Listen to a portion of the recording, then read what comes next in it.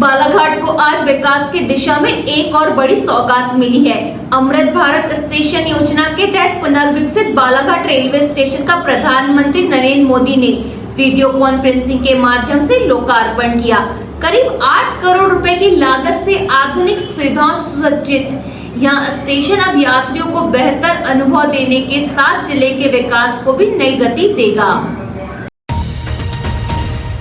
शुक्रवार को प्रधानमंत्री नरेंद्र मोदी ने देश भर में विकसित किए गए 75 अमृत भारत रेलवे स्टेशनों का वर्चुअल लोकार्पण किया। इनमें दक्षिण पूर्व मध्य रेलवे के अंतर्गत पुनर्विकसित बालाघाट रेलवे स्टेशन भी शामिल रहा। रेलवे स्टेशन परिषद में आयोजित कार्यक्रम में जनप्रतिनिधि, रेलवे अधिकारी, कर्मचारी और बड़ी संख्या में नागरिक मौजूद रहे। अमृत भारत स्टेशन योजना के तहत लगभग 8 करोड़ रुपए की लागत से बालाघाट रेलवे स्टेशन का आधुनिकीकरण किया गया है। स्टेशन भवन को नया और आकर्षक स्वरूप दिया गया है। सर्कुलेटिंग एरिया का विस्तार, आधुनिक प्रतीक्षालय, बेहतर पार्किंग, नई प्रकाश व्यवस्था और यात्री सुविधाओं का विकास किया गया है। साथ ही इस स्टेशन के डिजाइन में स्थानीय संस्कृति और कला की झलक भी दिखाई देती है। करीब 125 वर्षों के इतिहास वाला बालाघाट रेलवे स्टेशन अब आधुनिक पहचान के साथ यात्रियों की सेवा करेगा। वर्ष 1901 में नैरोगेज स्टेशन के रूप में शुरू हुआ यह स्टेशन आज दक्षिण पूर्व मध्य रेलवे के नागपुर मंडल का महत्वपूर्ण जंक्शन बन चुका है। जनप्रतिनिधियों का कहना है कि आधुनिक रेलवे स्टेशन से जिले में पर्यटन, व्यापार, उद्योग, यात्री परिवहन को नई गति मिलेगी। साथ ही आने वाले समय में रेल सुविधाओं के विस्तार से क्षेत्र की आर्थिक गतिविधियां भी मजबूत होंगी। कार्यक्रम में पंचवेली एक्सप्रेस को गोंदिया तक संचालित करने और भविष्य में नई ट्रेनों की मांग भी दोहराई गई। सांसद भारती पारधी ने इस उपलब्धि को जिले के लिए गौरव का क्षण बताते प्रधानमंत्री नरेंद्र मोदी और रेल मंत्री अश्विनी वैष्णव का आभार व्यक्त किया।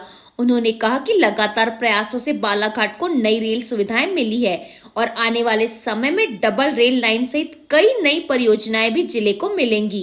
निश्चित तौर पर आज अमृत भारत स्टेशन के तहत सिवनी बालाघाट लोकसभा के आज बालाघाट स्टेशन का उन्नयन हुआ है और मैं धन्यवाद देना चाहती हूँ इस देश के यशस्वी प्रधानमंत्री नरेंद्र मोदी जी को और रेल मंत्री अश्विनी वैष्णव जी को, जिनके नेतृत्व में आज देश के 57 स्टेशनों का उद्घाटन हो रहा है।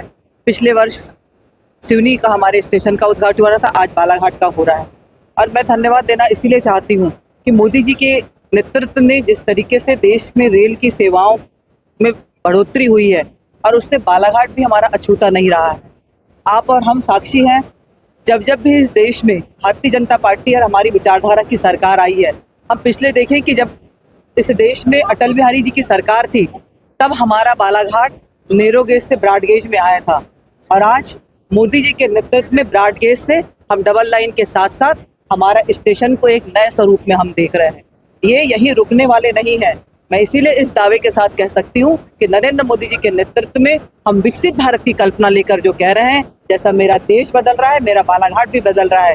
ये स्टेशन का जो स्वरूप है, इसका अगले आने वाले समय में हम जब यहाँ से गुडशेड हमारा स्थानांतरित हो जाएगा और स्टेशन को हम बड़े रूप में देखेंगे, हमारी रेल लाइनें दोहरीकरण होगा, तो अन्य बड़े स्टेशनों की तरह हमारा बालाघाट का भी स्टेशन बड़ा स्टेशन होगा।